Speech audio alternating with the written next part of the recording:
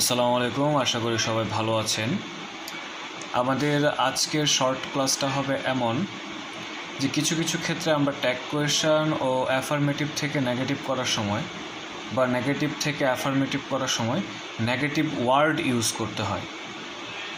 যে সকল negative word সবচেয়ে বেশি থাকে সে সকল নেগেটিভ ওয়ার্ডগুলো গ্রামাটিক্যালি আমি লিখে দিয়েছি, 4টা ধাপে ভাগ করেছি। যেমন ট্যাগ কোয়েশ্চন আর অ্যাফার্মেটিভ নেগেটিভের আলোচনায় নেগেটিভ ওয়ার্ডস ও নেগেটিভ অ্যাডভার্বসগুলো হচ্ছে এমন: নট, নেভার, নিদার, নর, barely, hardly, scarcely, seldom, rarely. এই প্রত্যেকটা ওয়ার্ডই হচ্ছে নেগেটিভ শব্দ।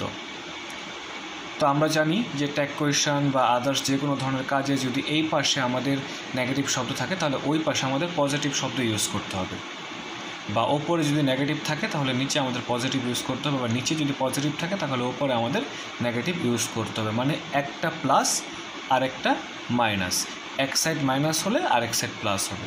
Negative determiners: no, neither. Negative pronouns: neither, nothing, none, no, one, nobody, নোহার।